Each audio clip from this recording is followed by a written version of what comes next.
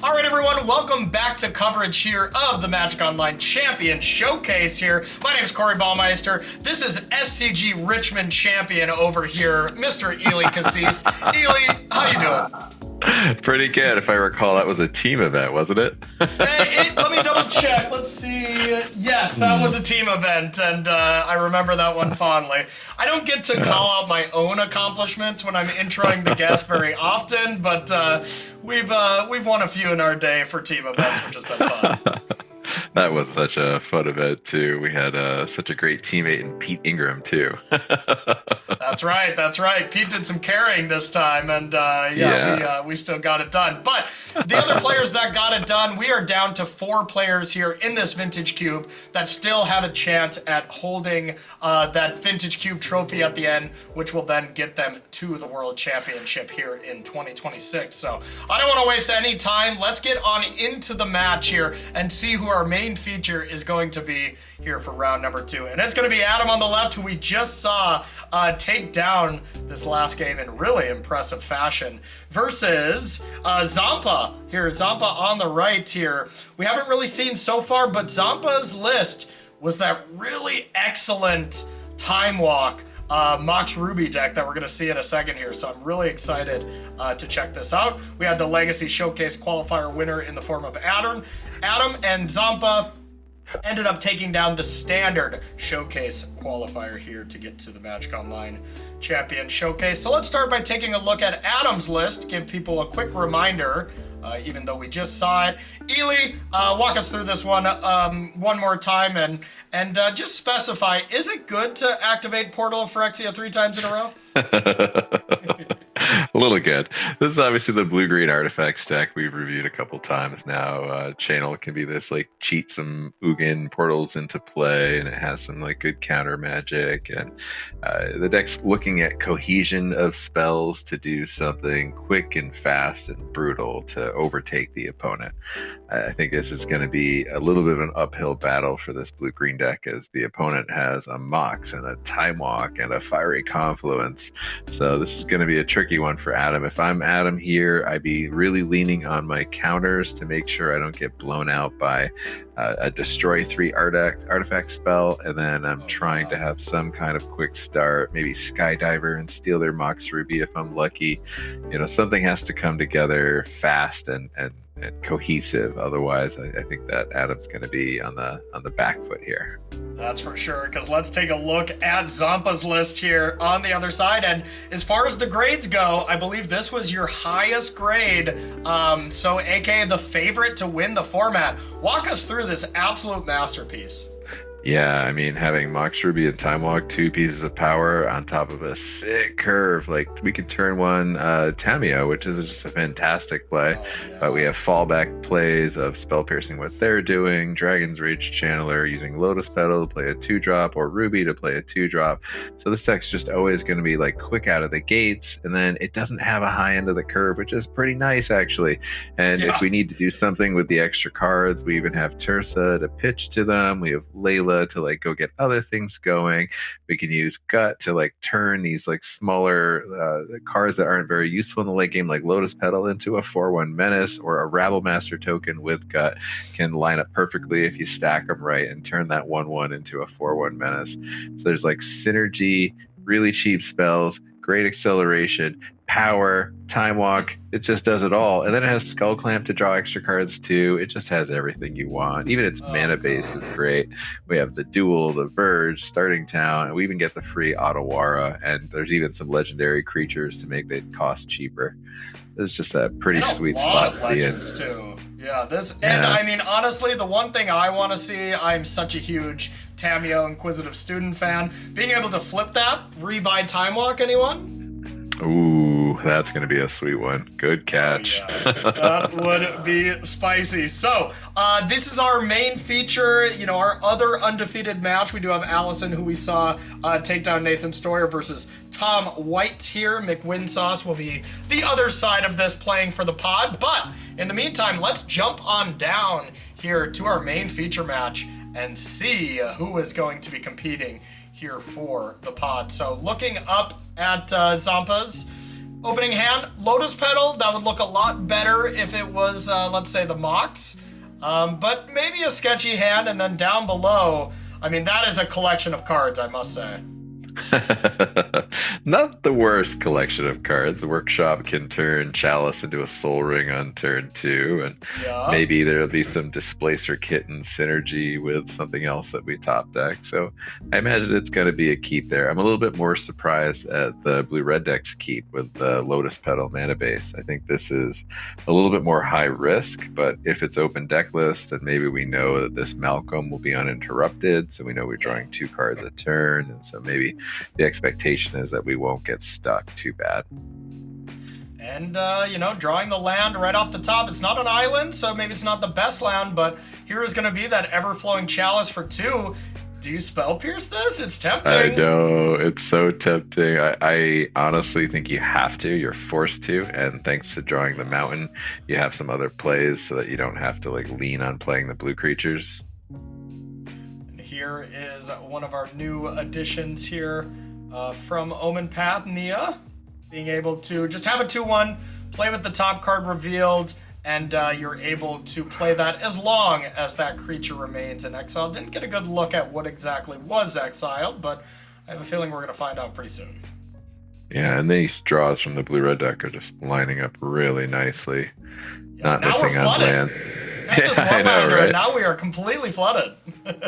When I do draft these decks, I like playing 15 or 16 lands because you don't want to flood. Obviously, that's how you lose. Otherwise, they just do their thing.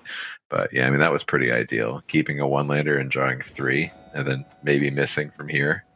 I am a little surprised we didn't Layla into this board state, but the blue creatures are still good plays too. Maybe we were thinking something interactive would have happened, and we wanted to save Layla a little bit or sequence things so we could play 2 spells. But I think I still would have Layla'd, but this play was fine too. Definitely close. So regardless, now we're getting a good attack in here from Zompa, and the only interaction and really the only play that we have available right now from Adam is just a Force Negation up against an opponent who has 3 creatures in hand. We do have the channel though, so we have the top decks in that portal if we see it, and that might just be like a stone blowout if that happened. It does get worse and worse as we go though. Your life total is a resource here, and Adam's life total is going down pretty quickly. Yes. Yeah, it really needed to happen that turn. I think after this turn, this channel is just going to be not the best. Yeah, and now here's Oko. Oko is, of course, a powerful card, but not when you're behind by this much. Fairy Mastermind, the World Championship card here of Utah, coming into play here, and just all this power coming in, all these tricky permanents. Feeling really, really brutal for Adam here. This Talon Gates is one of my favorite cards. I love when they keep it in the cube. It's so great to, turn 2 or turn 3, play an Uro, and then as the extra land, you put in the Talon, and then you phase out your Uro, and then it doesn't sacrifice, so that it sticks around on the next turn even when it comes back. Oh, so God! That's disgusting. It's disgusting and delightful. Yeah, that is everything I want to be doing. And no, man, Eli, it's nice to have you for these vintage cube draft rounds, as little plays like that are definitely not intuitive to everyone. So the players that can see all those lines, really makes drafting easier, as the dots are being connected as you deal with these really powerful combos, because at the end of the day, that's what cube is all about, right? Is just trying to do the most busted combos within your deck and getting those synergies. Certainly. I was really surprised by this discard here. Why did we pitch Lila and prefer keeping Starting Town? So I guess just to burst lightning the face plus all this flying damage. I mean, I guess the one thing was to get Delirium, right? Yeah, I just don't know how important Delirium is. I'm thinking here that we're planning on burst lightning with kicker to the face for the finish, and we're thinking that the 5 mana might be important for that line and that Lila isn't. But to me, that just put us a little bit susceptible to some kind of portal situation or some ability to deal with our creatures. Or just the card that is actually in hand. This Force of Negation, pitching the Displacer Kitten is gonna be quite strong here. But I mean, with Firebolt, that's kind of the easy mode, right? Like, sure, you burst lightning now, this game won't end, and whoa! There was just no force cast. Maybe we F6'd? I think an F6 happened. I think you're absolutely right. Oh, no! I mean, don't get me wrong, it was still looking bad for Adam there, but that game was not over, was it? Not over, but bleak, certainly. Yeah. But yeah, I certainly wouldn't have F6'd and played to my outs, as you were saying before. Yeah, you wouldn't have immediately lost the game instead of immediately not losing the game? Not everybody sees this from the aspect of the player, but I mean, if you're somebody like Adam and you see your deck list and you're probably not super happy with it, and then you see your opponent's deck list and how insane it is, and you might just get straight up demoralized, and that incentivizes people to fast track the loss and just get through it quicker. Yeah, and I mean, hey, that's a rough mindset to get into, but I mean, we're all humans. It's tough to not look at that masterpiece of, it basically looks like a vintage cube constructed deck. Like, it's truly incredible, and Zampa is just gonna have a draw like that every time because of this low curve, because of the power level that is in this draft deck. You're just going to see that kind of exact same draw over and over, and Adam's draws are going to be all over the place, where maybe, and this is a very key maybe his ceiling is higher than Zampa's, but even probably not.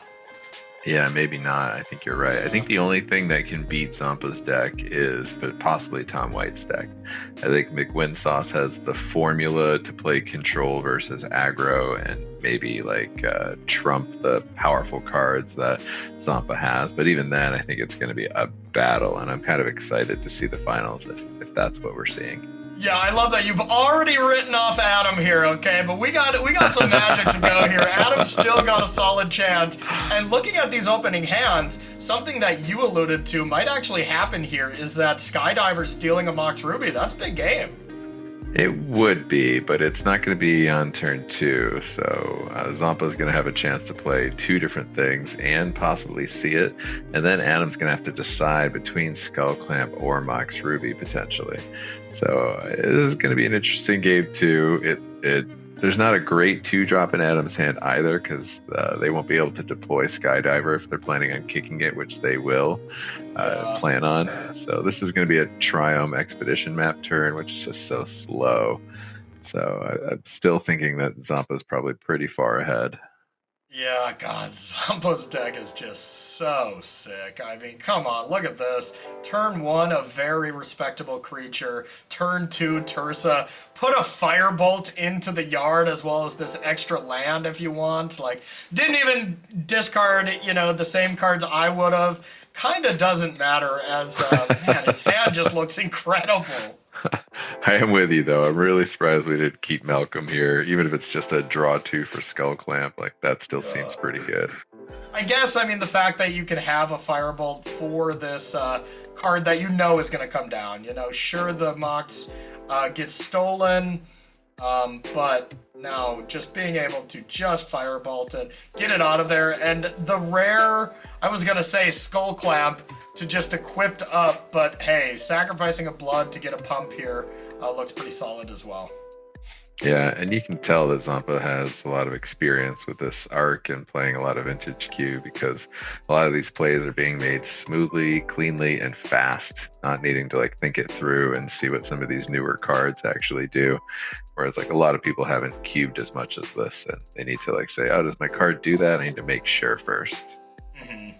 Well, okay, so this is a solid turn. Oko to animate the map almost assuredly on defense, and then a Spell Bomb to be able to bounce this 2-mana 5/5 that's just getting out of hand. I would assume right now. Well, I guess it's whenever it deals damage, so you can do it within combat, but still, even with Adam kind of, air quotes, stabilizing through this turn, you're just kind of delaying the problem. But if you are giving your Oko time to, start doing its Oko things, that is a big game. Yeah, I think that that turn was actually really good for Adam to give him a chance to come back here. It really puts Zampa back to the starting board state of developing the board state. This is where I maybe wouldn't have so quickly pitched the Glorybringer. You know, having this later game threat to come over the top with would have been kind of nice. But I think that they still have enough threats in the Channeler and in Ivora. Is that how it's pronounced? I'm not 100%. That sounds right, but yeah. Yeah, that I think that this still lined up well. Yeah, absolutely. I'm with you, though. I would have kept Glorybringer as well. I mean, come on. Glorybringer is still a hell of a card. For the glory. For the glory!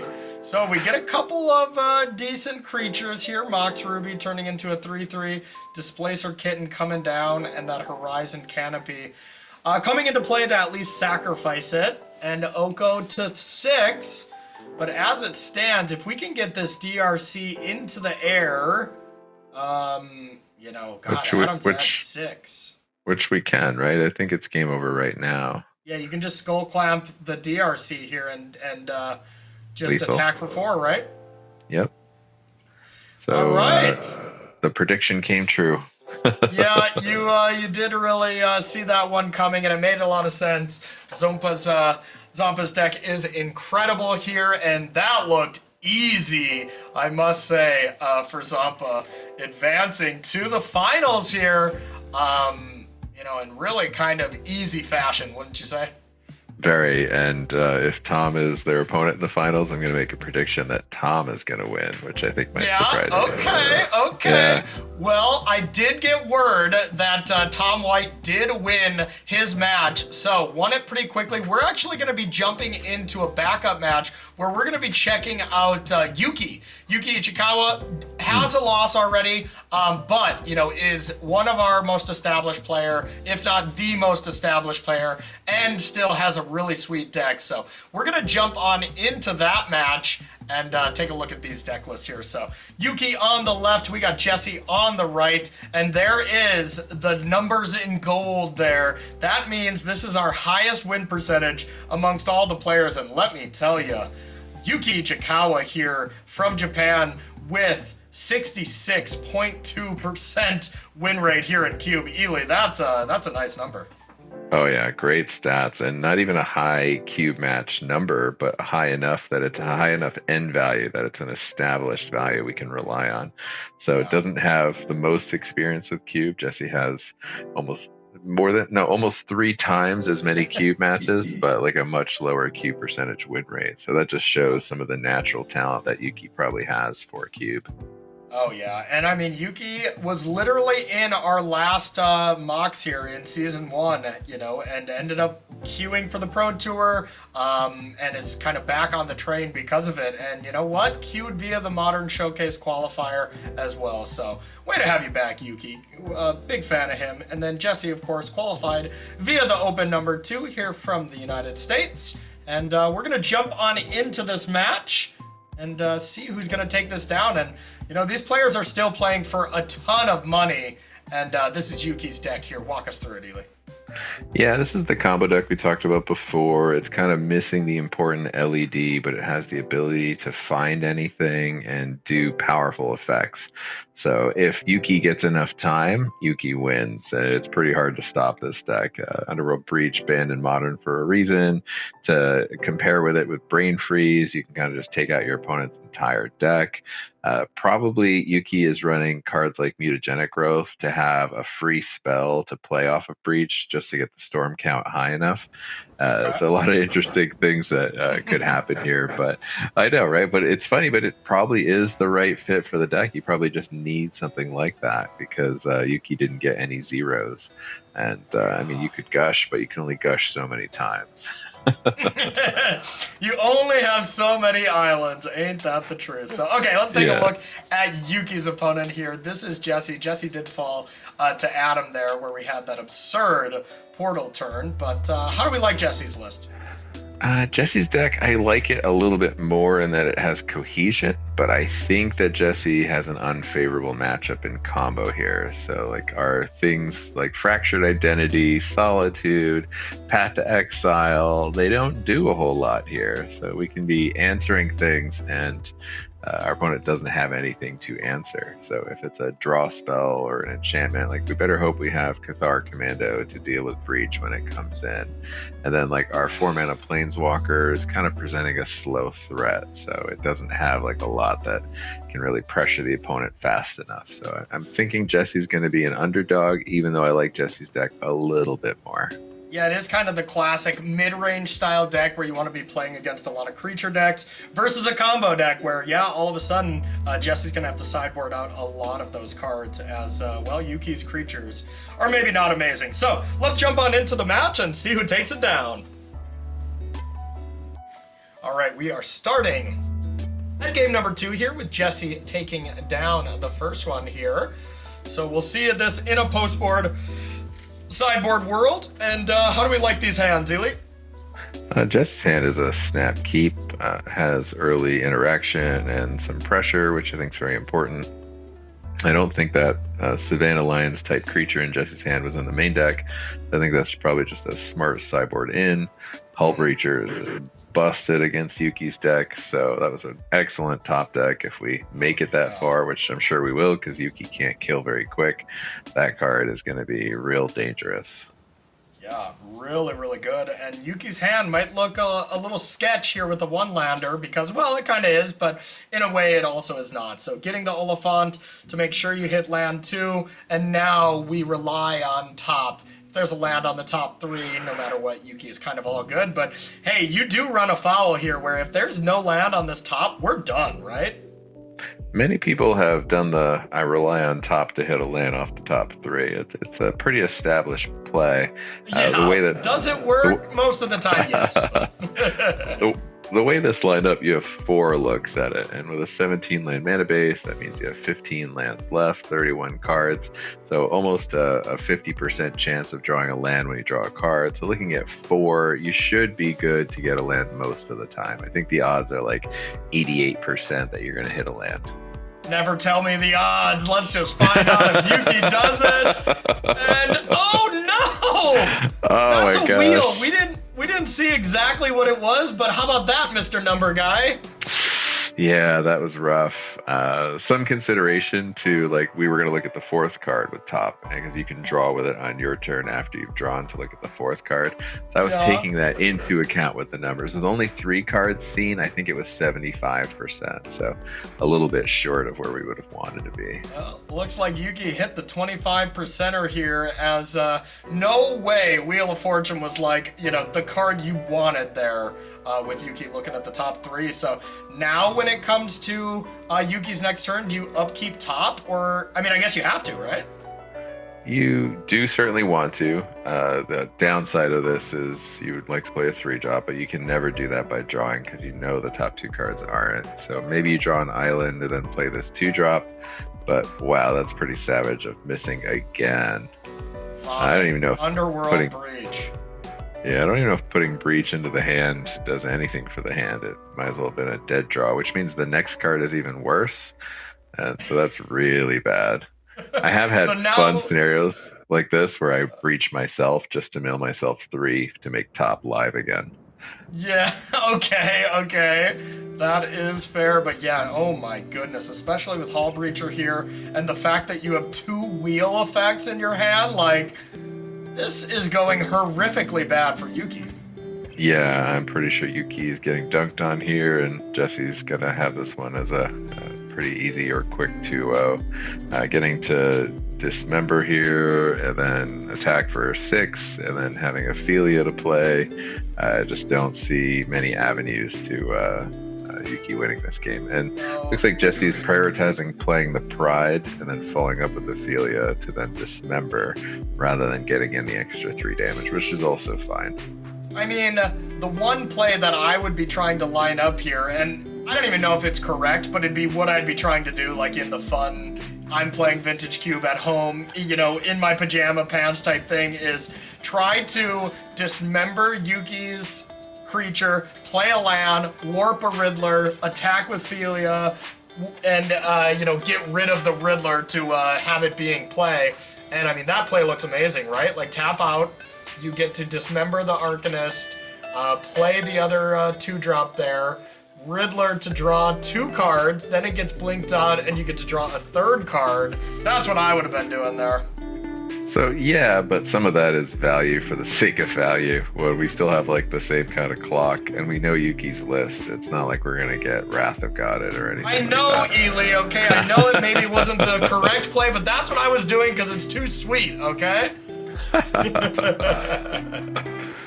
Alright, looks like we have Flame of Anor with the very sad just kill 1 creature mode, not drawing any cards, but hey, you gotta get that whole breacher off if you want to have any chance of winning this game. Certainly. Is Arcanist not a wizard? I don't believe it is, but I could be wrong. I mean, if it was, we would have cast it. It is a wizard. Yeah, I'm surprised that we didn't fire off the Flame of Anor before the Philia. I guess because Hall Breacher doesn't allow you to draw the cards, huh? Yeah. Oh, well, yeah, that would be a good reason. That would be a little bit of a blowout, I must say, huh? Was there no artifact to kill? There was no artifact to kill, yeah. So the only mode there was, help your opponent out. So I guess good play on Yuuki, but Yuuki just really got wrecked with the old 2-lander and top scenario here. That kind of stuff happens. Obviously, with hindsight, you would have mulliganed that hand, but would you have mulliganed that just not knowing what happens in the game type thing? No, I would have kept 2. I think having a 2-lander top, I don't think you can throw that away.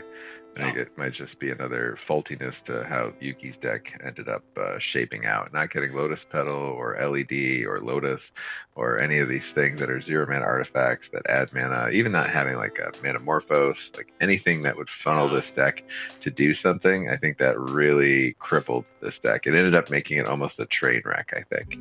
Yeah, and unfortunately, last time I checked, the old, goat pairing with Underworld Breach Grinding Station isn't in the cube, so unfortunately I didn't have the true combo here. The true Splinter Twin, wouldn't you agree?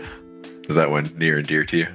Yes. Breach and Grinding Station. Come on, that's what it's all about. That was my favorite stuff to be doing for quite a while. But, all right, I'm getting antsy because we are going to take a quick break here. But on the other side, we're going to be checking out who's going to be winning this cube. It's going to be Tom White up against Zompo, and maybe the 2 best decks that you were expecting to see. And you were already calling out maybe that Mick Winsauce has a slight advantage. But before we head to the break, let's take a look at all the really cool things that MagicOnline and the Daybreak team are bringing to us here. I want to give a quick shout out to that Creator Game Showdown, if you will.